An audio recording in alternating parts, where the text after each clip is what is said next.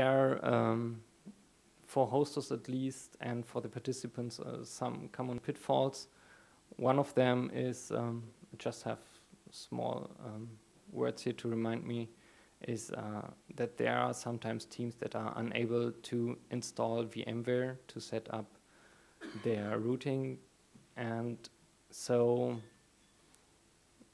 if these teams can only participate if they give their root passwords to the organizers so that the organizers install their systems, this is something that typically should be avoided, but it happens all the time. The same applies to people that don't understand that they should hack the other team's boxes, but instead hack their own boxes, and if they submit the flags, they obviously always get the message from the flag server that these are their own flags, that they could have access with their own root password from their own machines, and after hours, they still submit their own flags. We also experienced that if we had some widely distributed capture the flag, that if in the vicinity of our university there was some intrusion after a CTF, people complained that that could have been some other teams that would like to take revenge for ours. This is just, well, if you participate in the capture the flag, just have some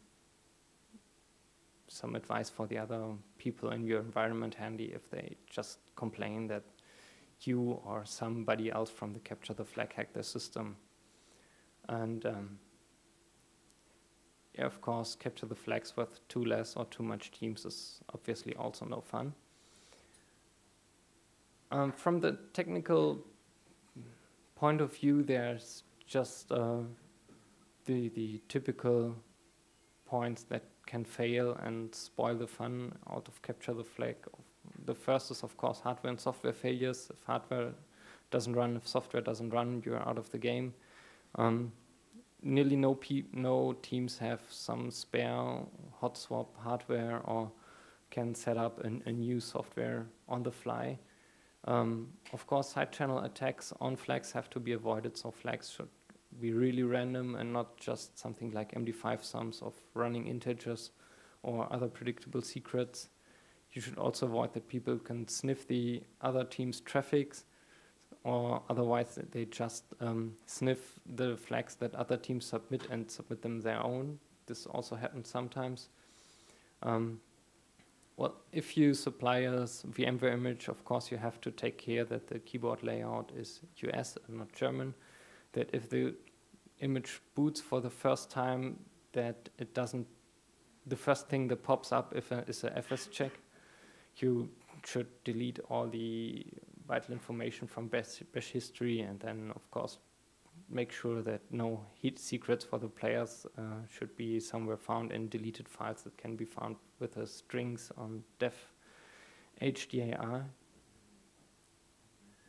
Okay, so just finished this one so that I can very fast get over to the finishing procedure of this year's Capture the Flag and show the statistics. Are any questions so far?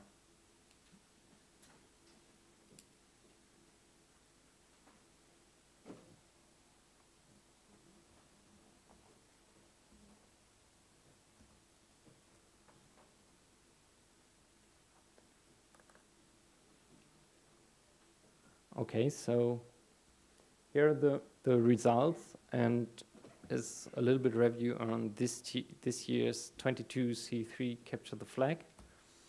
The planning of the Capture the Flag was quite short. We just had like 2 weeks to prepare for the Capture the Flag, and the image was ready the very minute where we started the Capture the Flag. There were also several weaknesses in the image that were definitely not planned, and so, but I hope that it was fun for everybody to participate. We had 6 teams, although we had 8 slots, but somehow the other teams got dropped out, and so here are some statistics for those who are quite interested. we can see here over the time that is the hour, like midnight, 1 a.m., 2 a.m., and here the services and the number of flags that, oops, that were submitted on this service. And as we can see, or at least the participants could have guessed, is that Passwordr was by far the most easiest service, where you could just punch in some usernames, passwords, and I think most of the flags were even word readable and could just be accessed by the Apache and typing the correct URL, and then bam, you got all the passwords. Surprisingly, the second easiest service was the distributed computing service, which I just showed a second ago. It just wonders us how long it took the teams to write a shellcode for it to just get the flags. Then, of course, there are the other services like the chat interface, which was quite popular, and just ESM got some flags covered at the end of the game. Sadly, nobody ever submitted a flag for auction, but I think this cannot be blamed on the players. Here's a little statistic: which team owned which other team, how often. In the upper row, we got the victims, and in the left column, we got the attackers. So like we can see that the Brotherhood of Pong only got one flag from the hectoliters, and that the hectoliters, in fact, were the best offensive team. In fact, I think that they only gave away 4 flags is mostly due to their large downtime. I'm sorry. So,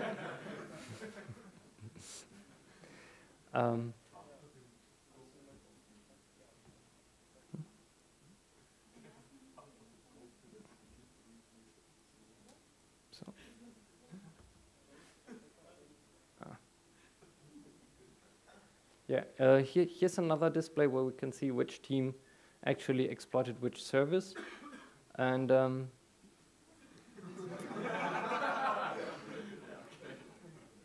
well,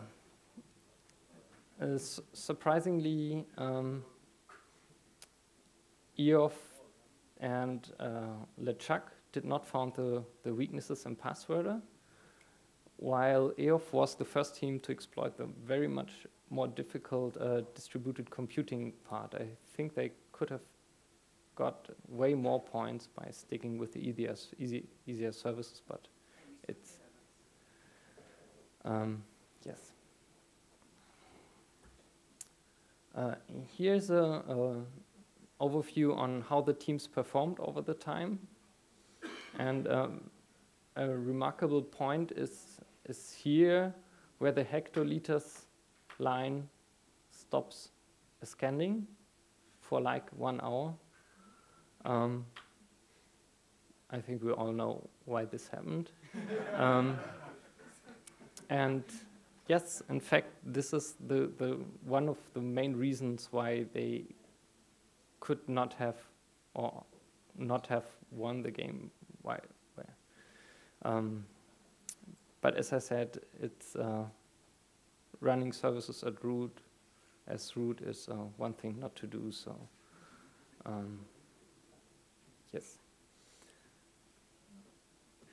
I think the next slide already is the final score for those who haven't seen it yet. We have these 3 categories of offensive, defensive, and advisory scores. What I like very much is the fact that there's not a single team that rocked the complete contest by having top scores in all 3 categories, but just there's one team that is leading each category, and so it was quite interesting to watch the contest during the course of the time.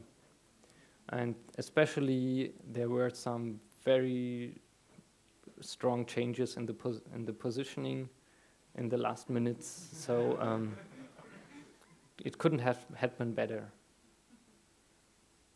Yeah. So I think this leads to the point where we can give the guys and the girl of There's No Base some presents for fighting so hard.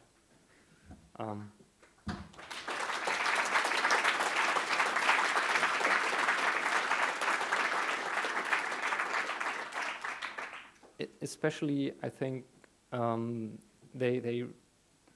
a little bit of a surprise that they won, because like the first half an hour they got not a single point and were just downtime. So where are the presents? And where are the winners? No winners? I keep the presents.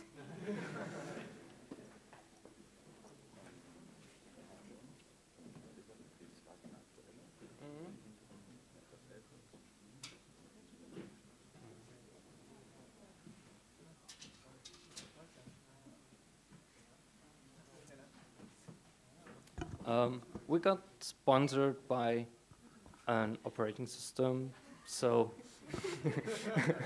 like next time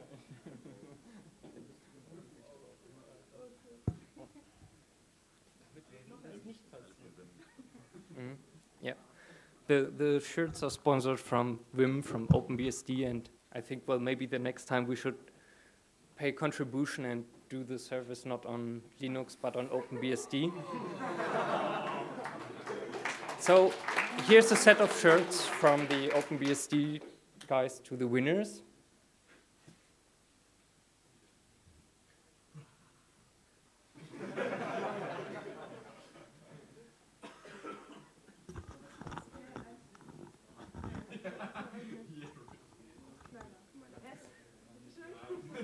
Are there some words that you would like to tell to your mommy?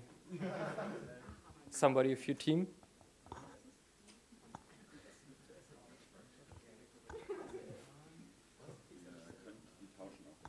Ja. Möchtet ihr was sagen? Okay. Ja, komm mal. So, thank you very much for this wonderful experience. I never joined this before. It was my first time. Maybe some others have something to say? No? Okay. Thank you very much.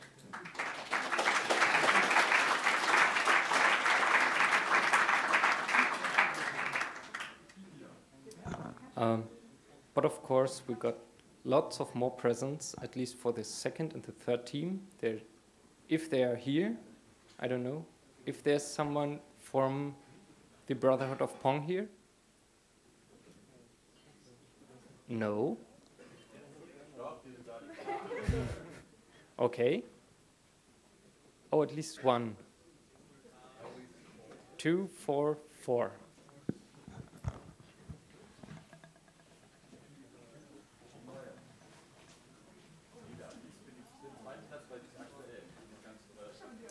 Okay, here you got something that you can train for the next time where we promise to supply OpenBSD. I got a brand new OpenBSD 3.8 CD for you so that you can install and train. Find some 0 days and then rock the next contest.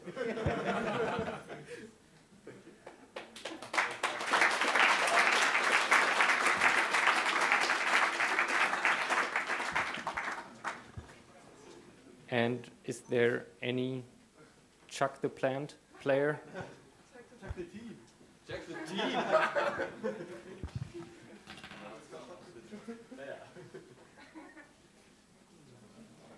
Okay, since you obviously are not as good as the second team, you needed to have it a little bit easier, so we got a bunch of OpenBSD 3.7 CDs for you, where there are more vulnerabilities included, so they're easier to find, more training.